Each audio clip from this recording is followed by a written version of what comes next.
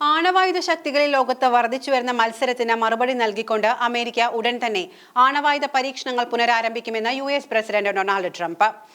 1992 ശേഷം ആദ്യമായാണ് അമേരിക്ക പൂർണ്ണ ആണവ പരീക്ഷണം നടത്താൻ ഒരുങ്ങുന്നത്. ട്രൂത്ത് സോഷ്യലിലൂടെ നടത്തിയ ഈ പ്രഖ്യാപനം ആഗോളതലത്തിൽ ഞെട്ടലുളവാക്കിയിട്ടുണ്ട്.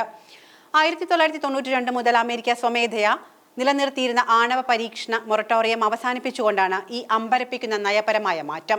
റഷ്യയുടെയും ചൈനയുടെയും വികസിച്ചുകൊണ്ടിരിക്കുന്ന ആണവ പദ്ധതികളുമായി ഒപ്പമെത്തേണ്ടതിന്റെ ആവശ്യകതയാണ് ഈ തീരുമാനത്തിന് പിന്നിലെന്ന് ട്രംപ് പറയുന്നു.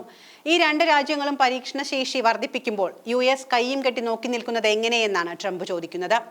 മറ്റു രാജ്യങ്ങളുടെ പരീക്ഷണ പരിപാടികൾ കാരണം നമ്മുടെ ആണവായുധങ്ങളുടെ പരീക്ഷണം തുല്യമായ അടിസ്ഥാനത്തിൽ ആരംഭിക്കാൻ ഞാൻ യുദ്ധ വകുപ്പിന് നിർദ്ദേശം നൽകിയിട്ടുണ്ട്. ഈ പ്രക്രിയ ഉടൻ ആരംഭിക്കും. ഇങ്ങനെയാണ് ട്രംപ് ട്രൂത്തിൽ കുറിച്ചിരിക്കുന്നത്.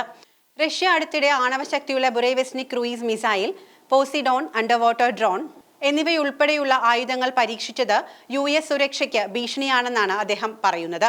മറ്റേതൊരു രാജ്യത്തെക്കാളും കൂടുതൽ ആണവായുധങ്ങൾ US-നുണ്ട്. റഷ്യ രണ്ടാമതാണ്.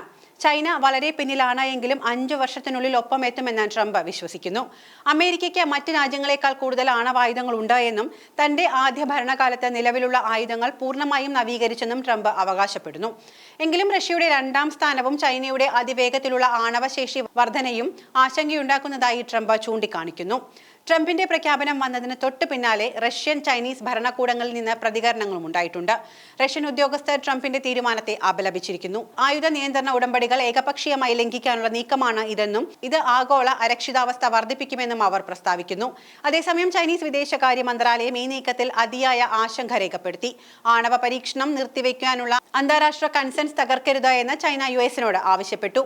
US ആണവ പരീക്ഷണം പുനരാരംഭിക്കുന്നത് പല സുപ്രധാന ഉടമ്പടികളുടെയും ലംഘനത്തിന് കാരണമാകും. Comprehensive nuclear test ban treaty 1996 ഈ ഉടമ്പടി ആണവ പരീക്ഷണം നിരോധിക്കുന്നതാണ്. US, ചൈന തുടങ്ങിയ രാജ്യങ്ങൾ ഈ ഉടമ്പടിയിൽ ഒപ്പിട്ടെങ്കിലും ഇതുവരെ പൂർണ്ണമായും അംഗീകരിച്ചിട്ടില്ല. 33 വർഷമായി US സ്വമേധയാ ഈ നിരോധനം പാലിക്കുകയായിരുന്നു. ഈ തീരുമാനം ലോകമെമ്പാടുമുള്ള ആയുധ നിയന്ത്രണ ശ്രമങ്ങളെ ദുർബലപ്പെടുത്തുകയും പുതിയൊരു ആണവ മത്സരം ആരംഭിക്കാൻ വഴിയൊരുക്കുകയും ചെയ്യുമെന്ന് വിദഗ്ധർ മുന്നറിയിപ്പ് നൽകുന്നു. ചൈനീസ് പ്രസിഡന്റ് ഷി ജിൻപിങ്ങുമായുള്ള ദക്ഷിണ കൊറിയയിലെ ബുസാനിയയിൽ വെച്ച് കൂടിക്കാഴ്ച നിശ്ചയിച്ചതിന് മണിക്കൂറുകൾക്ക് മുൻപാണ് ട്രംപിന്റെ ഈ പ്രഖ്യാപനം വന്നിരിക്കുന്നത് എന്നത് ഈ നീക്കത്തിന്റെ തന്ത്രപരവും പ്രതീകാത്മകവുമായ പ്രാധാന്യം വർദ്ധിപ്പിക്കുന്നു.